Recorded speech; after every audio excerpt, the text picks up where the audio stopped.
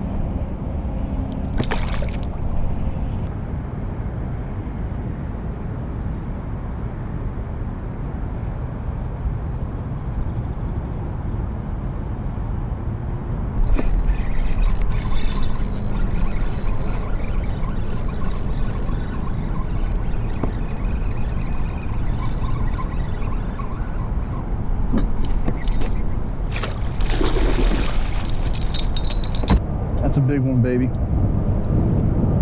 That's the biggest of the day right there, guys.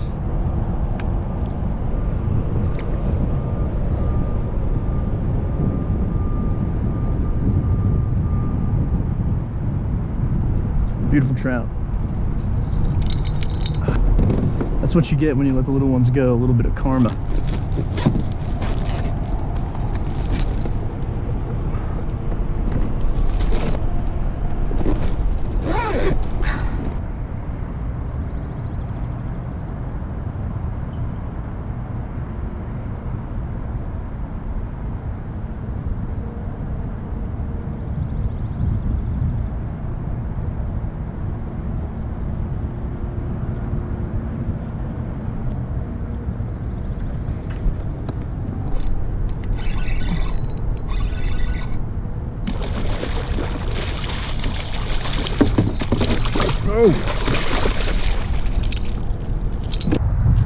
There you go, guys. That's gonna be my last keeper trout of the day.